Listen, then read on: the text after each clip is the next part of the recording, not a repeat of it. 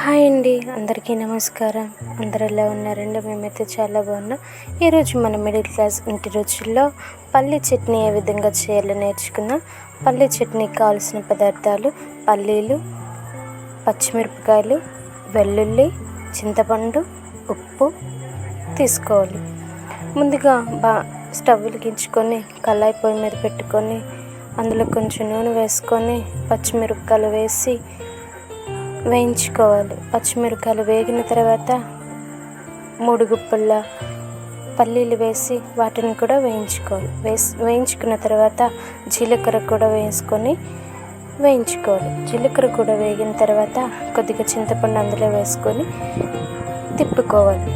అలా వేగిన తర్వాత వాటన్నిటిని తీసుకొని ఒక మిక్సీ గిన్నెలో వేసి అందులో రుచికి సరిపడా ఉప్పు, 4-5 వెల్లుల్లి రెబ్బలు వేసుకొని గ్రైండ్ చేసుకోవాలి. మిక్సీ పట్టుకున్న తర్వాత బాగా మెత్తగా మిక్సీ పట్టుకోవాలి.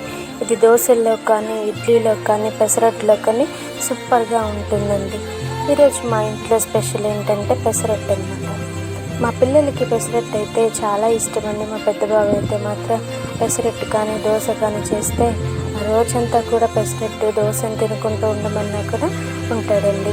మా ఛానల్ కనుక మీకు నచ్చినట్లయితే ప్లీజ్ లైక్ చేయండి, షేర్ చేయండి, సబ్స్క్రైబ్ చేయండి.